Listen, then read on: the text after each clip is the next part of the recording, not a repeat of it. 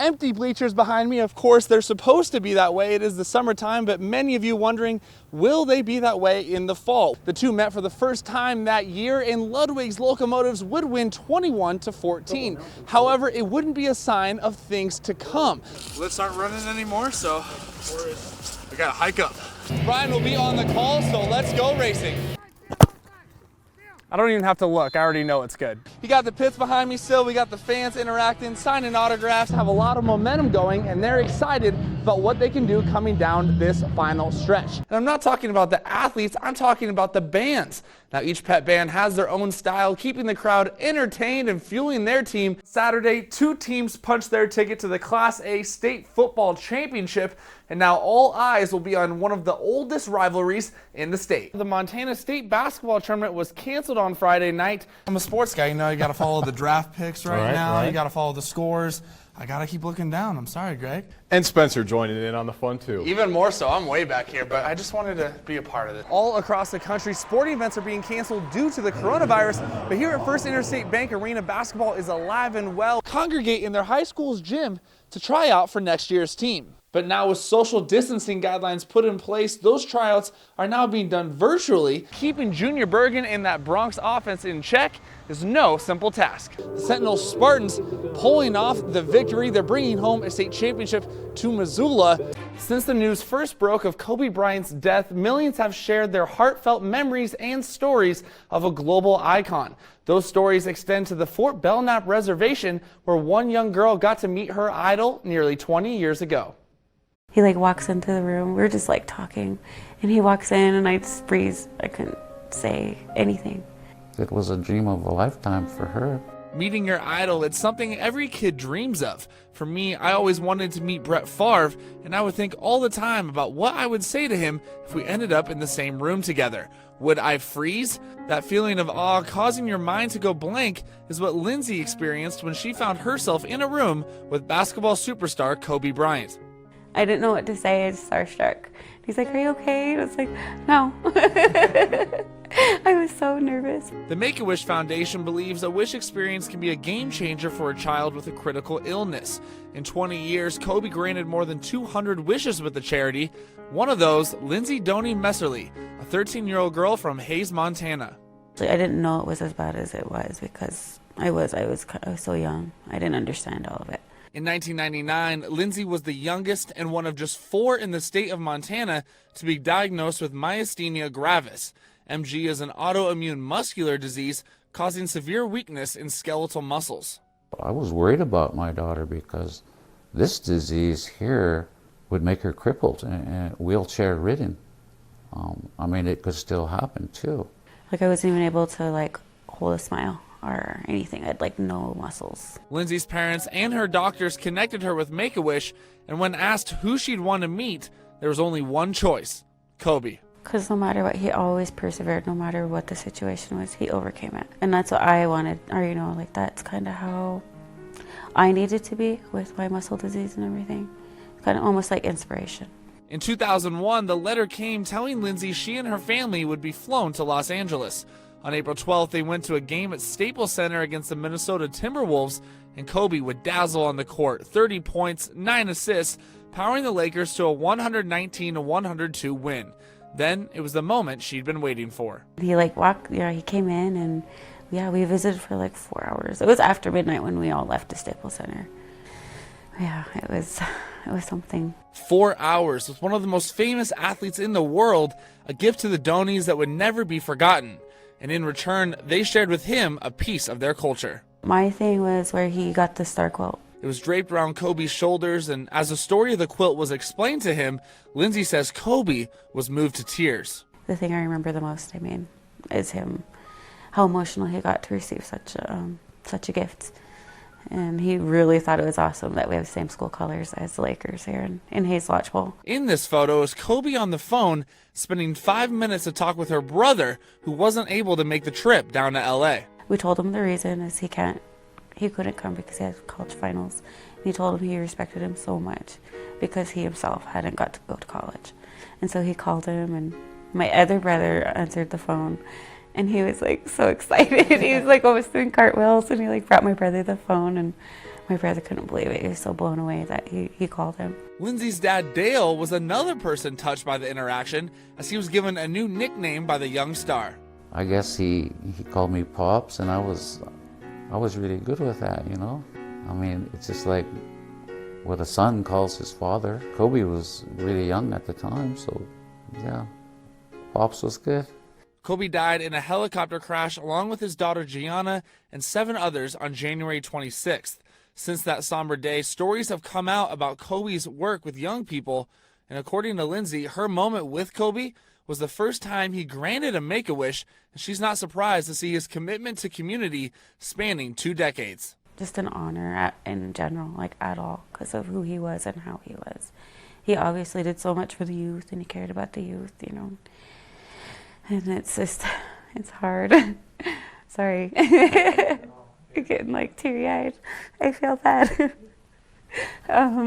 Yeah. I'm sorry. I think I'd cry.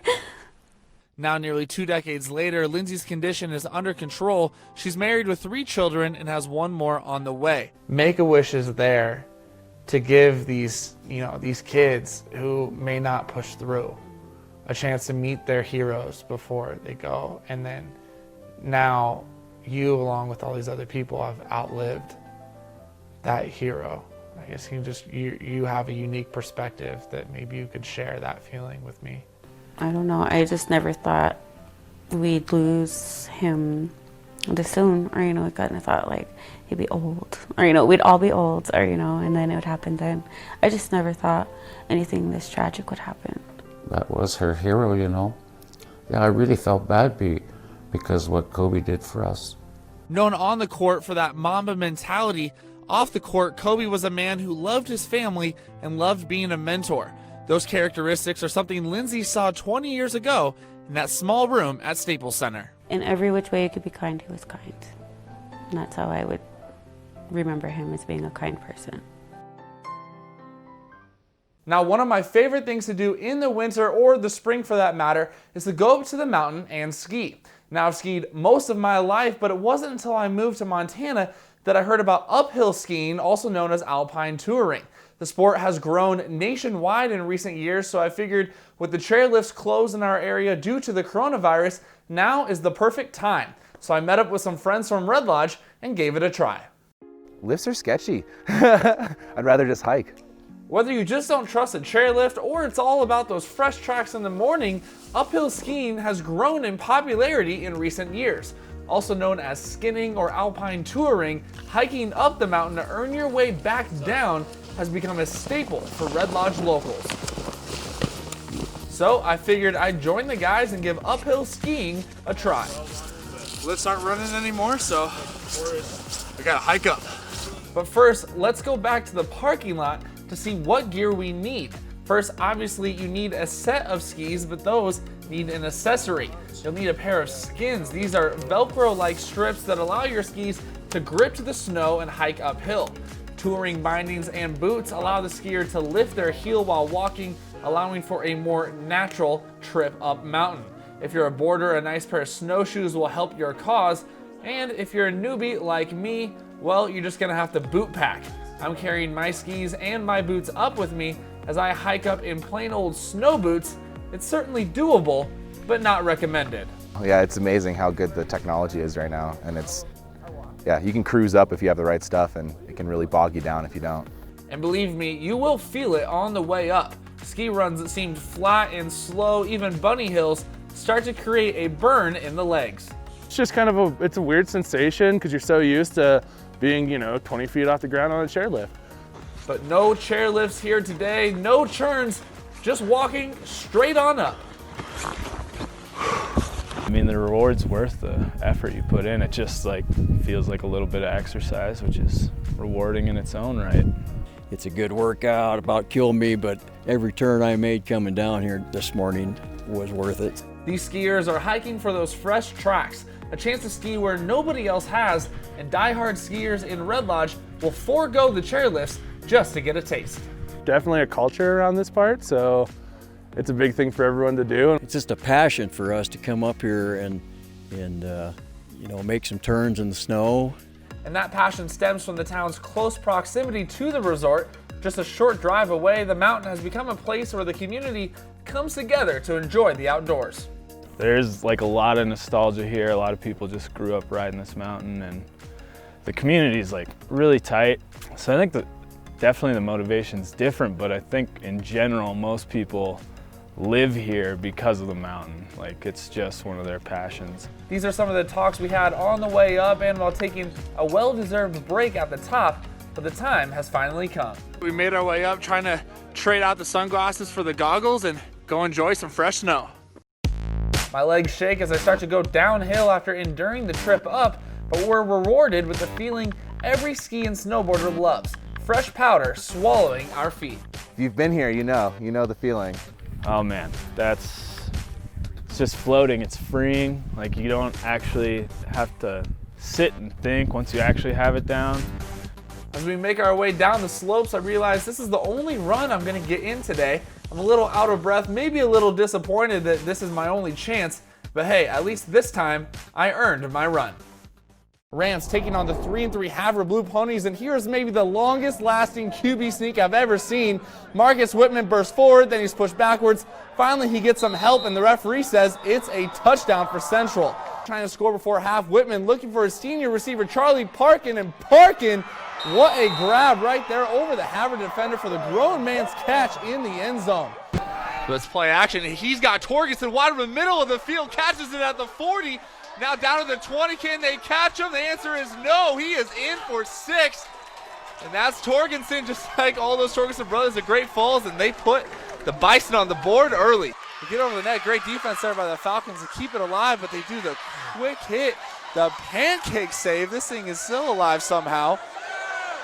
Now CMR trying to finish it off once again, but the dive by Brian this time. It's Brian again. Olsen finishes it off. What a sequence for Skyview. Barry lost her right shoe on that play. Erbacher going deep again to Ryan, and it's caught once again down the sideline, and Ryan is going to go 2 for 2. 2 catches, 2 touchdowns, this one for 65 yards. Erbacher keeps it himself, showing on the feet. He splits another defender.